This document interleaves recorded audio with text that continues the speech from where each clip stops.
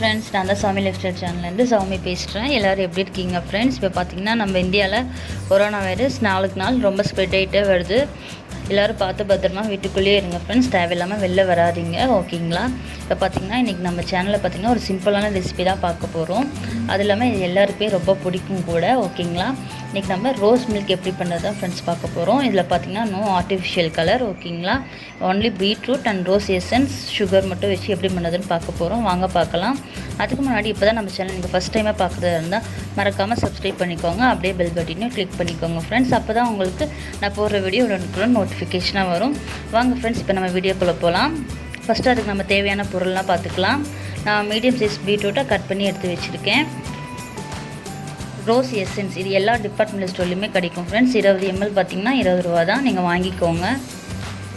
White sugar ஒரு cup நிறைய எடுத்துருக்கேன் ஃப்ரெண்ட்ஸ். நீங்கள் ஒயிட் சுகருக்கு பதிலாக நீங்கள் பனக்கற்கண்டு யூஸ் பண்ணிக்கலாம், ஓகேங்களா?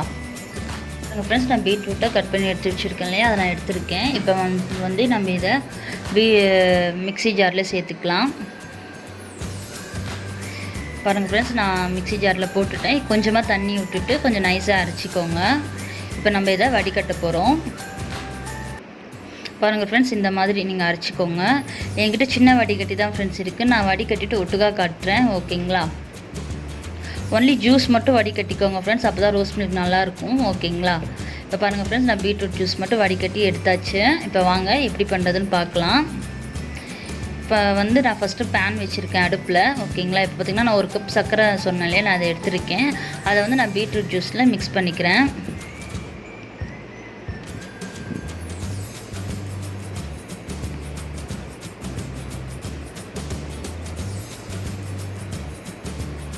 இப்போ வாங்க ஃப்ரெண்ட்ஸ், நம்ம அந்த பீட்ரூட் ஜூஸை பேனில் சேர்த்துக்கலாம்.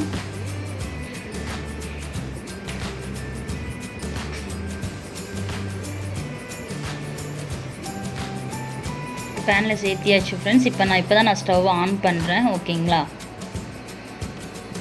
இப்போ பார்த்தீங்கன்னா நான் ஸ்டவ் ஆன் பண்ணிட்டேன் ஃப்ரெண்ட்ஸ். ஒரு மீடியம் ஃப்ளேமில் வச்சுக்கோங்க.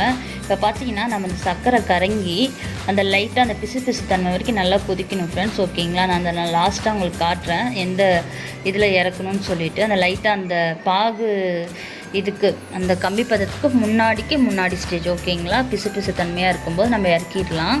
இது பார்த்திங்கன்னா ஃப்ரெண்ட்ஸ், இது பீட்ரூட்டில் பண்ணுறதுனால ரொம்ப ஹெல்த்தி, ஓகேங்களா ஃப்ரெண்ட்ஸ்? நிறைய கிட்ஸ்லாம் பார்த்திங்கன்னா, முக்கியமாக எங்கள் கிட்ஸ் பார்த்திங்கன்னா பீட்ரூட்லாம் சாப்பிடவே மாட்டாங்க. சாப்பிட வைக்கிறதுக்குள்ளே ஒரு வழியாக ஆகிடும்.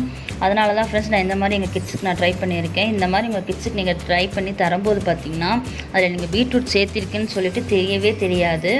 பீட்ரூட்டோட பெனிஃபிட் ஃபுல்லாக நம்ம கிட்ஸுக்கு கிடச்சிரும். அது இல்லாமல் பாலோட பெனிஃபிட்டும் கிடச்சிரும் ஃப்ரெண்ட்ஸ். இந்த மாதிரி உங்கள் கிட்ஸுக்கு ட்ரை பண்ணி தந்து பாருங்கள். உங்கள் கிட்ஸ்னால் கண்டே பிடிக்க முடியாது, ஓகேங்களா ஃப்ரெண்ட்ஸ்? இப்போ பாருங்கள் ஃப்ரெண்ட்ஸ், நல்லா கொதிச்சு அந்த லைட்டாக கொஞ்சம் தண்ணியாட்டம் தான் ஃப்ரெண்ட்ஸ் இருக்கும். ஆனால் ஆறுனா கொஞ்சம் சிறப்பாக மாறிவிடும் ஃப்ரெண்ட்ஸ், ஓகேங்களா? இப்போ நான் உங்களுக்கு தொட்டு காட்டுறேன் பாருங்கள்.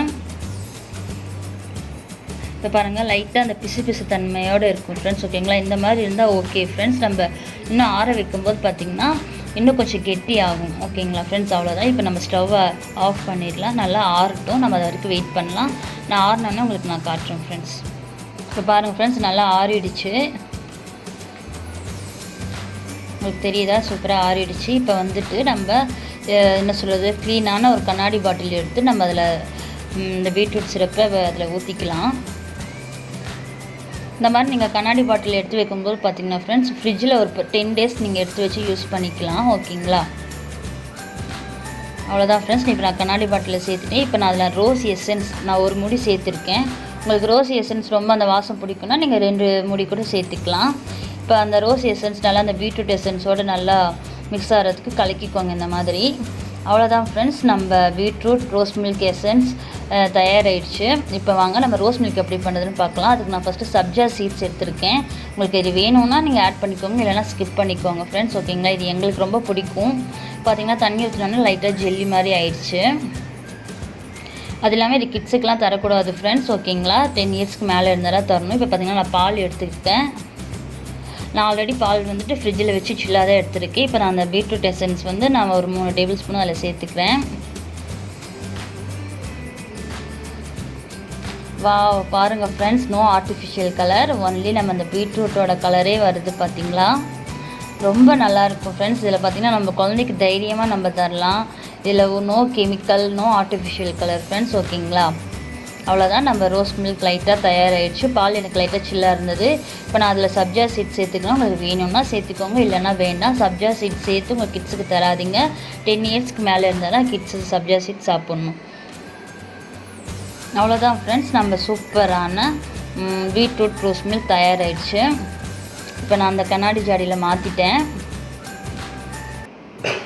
அவ்வளோதான் ஃப்ரெண்ட்ஸ், நம்ம சூப்பரான டேஸ்டான பீட்ரூட் ரோஸ் மில்க் தயாராகிடுச்சு. நீங்களும் இதே மாதிரியே ட்ரை பண்ணி பாருங்கள். ட்ரை பண்ணி பார்த்துட்டு மறக்காமல் கீழே கமெண்ட்ஸில் சொல்லுங்கள் ஃப்ரெண்ட்ஸ். இந்த வீடியோ பிடிச்சிருந்தா உங்களுக்கு லைக் பண்ணுங்கள், ஷேர் பண்ணுங்கள் ஃப்ரெண்ட்ஸ். நான் இன்னொரு வீடியோவில் இன்னொரு ரெசிபியோட உங்கள் அனைவரையும் சந்திக்கிறேன். அது வரைக்கும் பாய் ஃப்ரெண்ட்ஸ்.